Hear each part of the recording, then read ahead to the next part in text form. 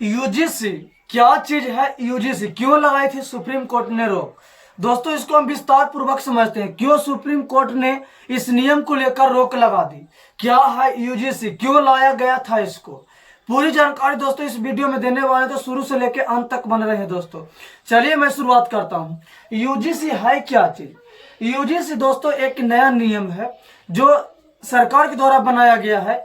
इसका पूरा नाम है university grants commission. University grants commission, जिसे जनवरी 2026 में इसे नया नियम के रूप में इसे लाया गया था। ये दोस्तों स्कूलों और यूनिवर्सिटियों के लिए लाया गया था। स्कूलों और यूनिवर्सिटियों के लिए लाया गया था, क्योंकि यूनिवर्सिटी या कॉलेजों में जो एक SC/ST को लेकर या जो आपस में मतभेद रहता है उसको दूर करने के लिए लाया गया था। लेकिन इस नियमों को तो लोग अफवाह फैला दिए, ऐसा हो रहा, ये होगा वो होगा, इस तरीका से अफवाह फैला दिए, जिस कारण से सुप्रीम कोर्ट ने इस नियम को लेकर रोक भी लगाई। लेकिन रोक लगाने के लिए भी कुछ शर्त थे। वो शर्त जो हमारे संविधान में है उसे मैच नहीं कर रहा था।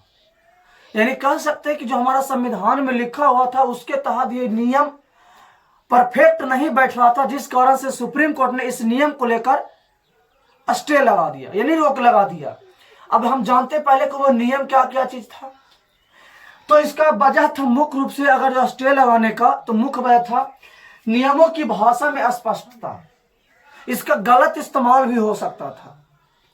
इसके नियम में जो देखिए, यहाँ SC को आप रख दिए, ST को रख दिए, OBC को रख दिया, जनरल वाला को छोड़ दिए, फॉरवर्ड कास्ट के जो लोग आते हैं उनको छोड़ दिया गया। अब उन लोगों के साथ कभी भी इसका इन लोग जो आते हैं वो कभी भी गलत इस्तेमाल कर सकते हैं, उन पर गलत व्यवहार कर सकते हैं और उल्टे हुए फंसा भी सकते हैं। बेबुनियादी उन पर भी किया है मुकदमा चलवा सकते हैं। कुछ गलत वो कुछ करवो नहीं करेंगे, वो कर बावजूद भी उस पर केस लगा देंगे, मुकदमा चलवाएंगे। यानी इसका गलत इस्तेमाल भी हो सकता है इसको लेकर। दूसरी वजह है नियमों का दुरुपयोग होना। दुरुपयोग मतलब आपसी मतभेद भी हो जाना, समाज में इसका विभाजन जैसी समस्या उत्पन्न हो जाना।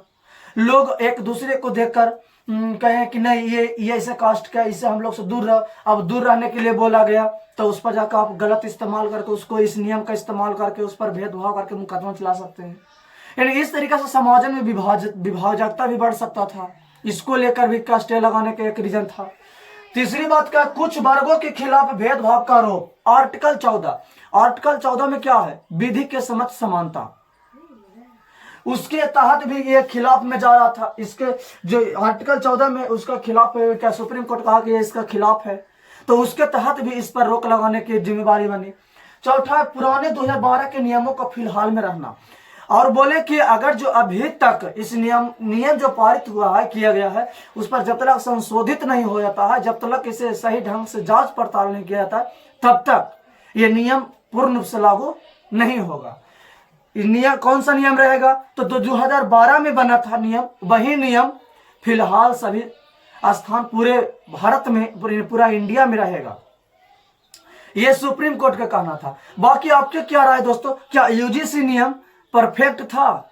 अरे परफेक्ट वही लोग चिल्ला रहे हैं जो लोग उसके अंतर्गत में उसको संरक्षण मिला है। आप परफेक्ट वही लोग कह रहे हैं कि नियम गलत है जिसको आरक्षण नहीं मिला। ये हमेशा चोरी परीक्षा में चिल्लाता कौन कि क्या है, पेपर लीक हुआ।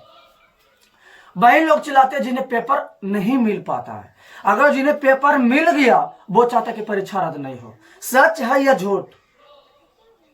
जो रहे दोस्तों बताइए, वो कौन लोग हैं जो चिल्लाते हैं जिसको पेपर नहीं मिला है? अगर जिनको पेपर मिल गया है ना और आंसर भर कर आए, वो कभी भी नहीं चाहेंगे कि क्या परीक्षा रद्द हो, कभी भी नहीं चाहेंगे कि परीक्षा रद्द हो। कौन चाहते हैं रद्द होने के लिए? जिन्हें उसका आंसर की नहीं मिला, उसे क्वेश्चन नहीं मिला है। वही बात है, ये कौन इसका विरोध करेंगे? जो इसके अंतर्गत नहीं है। कौन इसको सपोर्ट करेंगे? जो इसके अंतर्गत आते हैं। तो बाकी सुप्रीम कोर्ट पर छोड़ा गया। आप देखिए सुप्रीम कोर्ट की क्या राय आता है दोस्तों। क्या ये नियम लागू रहेगा या ये नियम खत्म रहेगा? 2012 में जो नियम लाया गया था वही रहेगा। चलिए दोस्तों, फिर मिलते हैं अगले वीडियो में। जय हिंद।